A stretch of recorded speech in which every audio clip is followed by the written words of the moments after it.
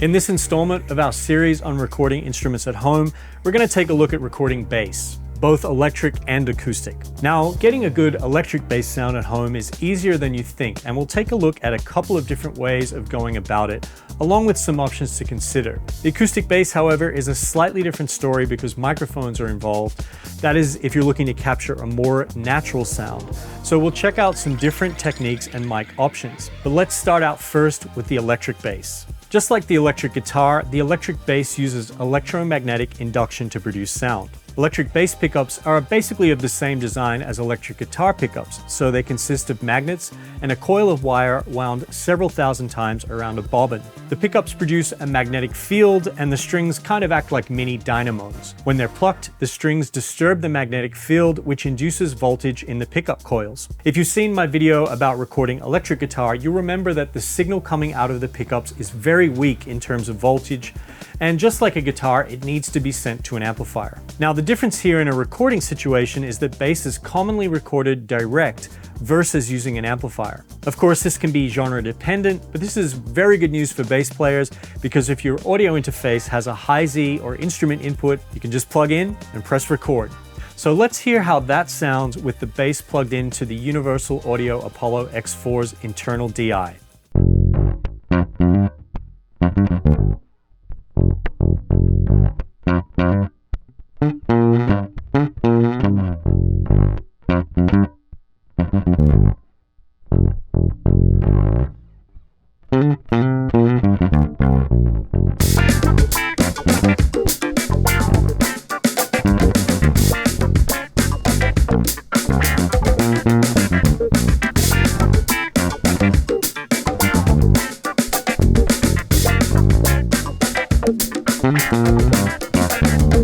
If your interface doesn't have an instrument input, or if you want to use an external mic preamplifier, or if you simply want to be able to influence your sound versus the built-in high Z input on your interface, you can use a direct inject or DI box. A DI box is a device designed to convert an unbalanced high impedance instrument level signal into a balanced low impedance microphone level signal. A staple in the live sound world where converting unbalanced signals to balanced is necessary for long cable runs, their use in recording situations goes back into the 1950s when electric instruments started becoming popular. And for bass aficionados, if you've ever heard any Motown, then you've heard the sound of a bass recorded with a DI. There are a few different types of DI boxes, and they offer different features and different ways of balancing the signal. Passive DI boxes like the Radial Engineering Pro DI use a transformer to accomplish the impedance matching, and they don't require a power source, while active DI boxes do require a power source to power the internal electronics that are used to either boost the signal or buffer the signal. Some active DI boxes use transformers, while others use op-amps to accomplish the impedance change. As a general rule, op-amp-based circuits will be more transparent sounding, while transformer-balanced DIs, whether active or passive, will add some level of coloration to the sound in the form of subtle harmonic distortion, depending on the transformer used. Let's listen to a few DIs back to back so you can get an idea of how much different DI boxes can influence the sound. Look out for the text that outlines information about the DI you're listening to, and make sure that you're listening on some good speakers or good headphones.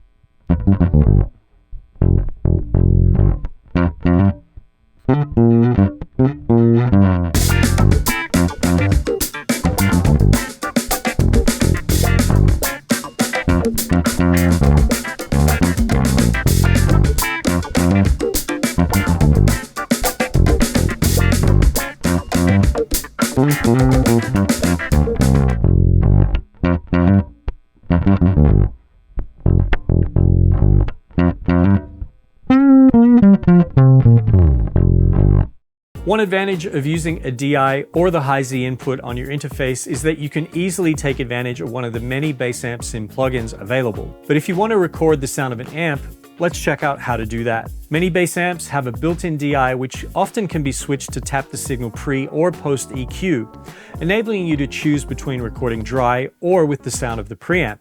Now obviously this is the easiest way to record a bass amp, but if you want to record the output of the speaker, you'll have to mic up the cab. Common mics for this range from everything like dynamic mics that are commonly seen on kick drum and voiced for low frequencies, such as the Audix D6, to other regular dynamic mics like the Electro Voice RE20, to various condenser mics. And regardless of what mic you use, in terms of microphone placement, a good starting place is to position the mic so it's straddling where the dust cap meets the cone of the speaker. Let's take a listen first to the Electro Voice RE20 in this position, and then the United Studio Technologies UT FET47 condenser in the same spot.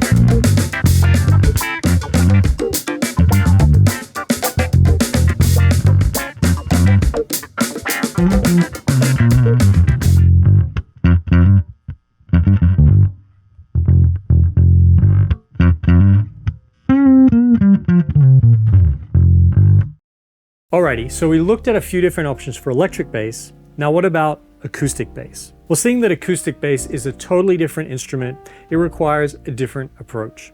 Of course, if the bass is equipped with a pickup, you can easily just take a DI from that, so that might be the simplest place for us to start today. Just bear in mind that if the pickup you're using is a piezo, you want to make sure that your DI has an extremely high input impedance. 10 megohms is best. This will ensure that the pickup is loaded so that it passes as full a frequency response as possible. If you use a lower input impedance, you'll lose low frequency content and the sound will be more zingy.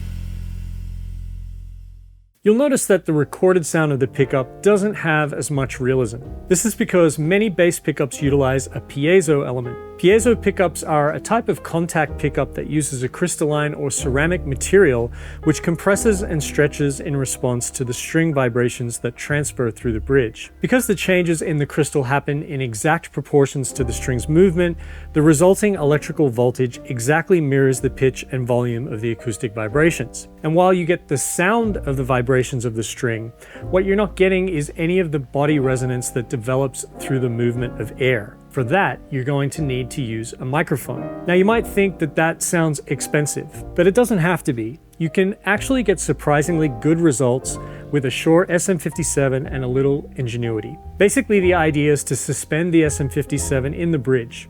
There are a couple of variations to this method. One involves wrapping the mic in a towel or foam and wedging it under the bridge, or the mic can be suspended using 2 elastic bands. Let's hear how that sounds.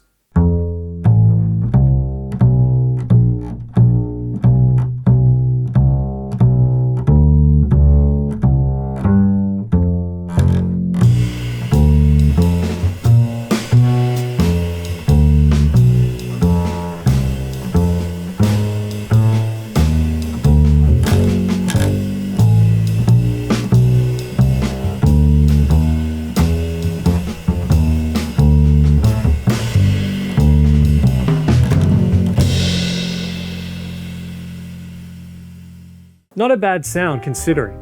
Pro tip, this technique can work well for playing live through a PA. But for something that is going to be a little more full range and have more fidelity, consider using a ribbon or a condenser mic. Depending on which type you choose, you'll get different characteristics. A ribbon will be a little on the warmer side, and the natural high frequency roll-off will mellow the finger attack and add a little bit more thump, while a condenser will provide a very full sound with a lot of definition. For our recording today, we're going to position the mic on the open G-string side in between the bridge and the F-hole, about 10 inches back from the body. First, let's hear the AEA R84 in this position, and then we'll check out the Lauten Audio Eden, which is a tube condenser in the same place.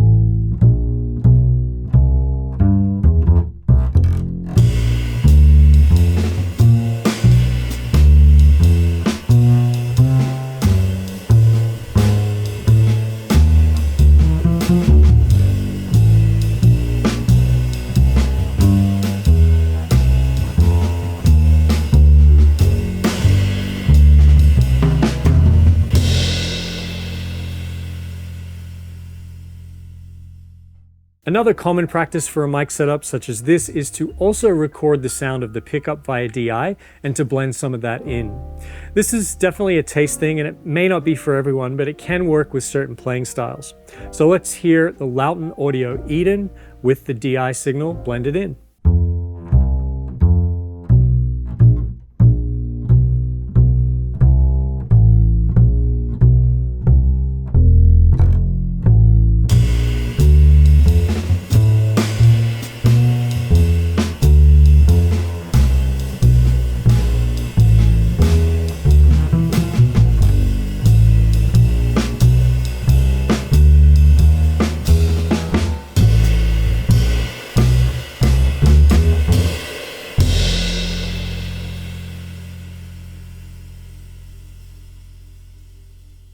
Well, there you have it. 2 very different instruments, but a wide range of choices with recording them. Of course, so much of this depends on style and genre, but hopefully you feel equipped to at least try some of these techniques out. Let me know in the comments if you do. And also let me know which produced your favorite electric and acoustic bass sounds in this video. Until next time, this has been Andrew from the B&H Pro Audio YouTube channel, reminding you to always remember audio.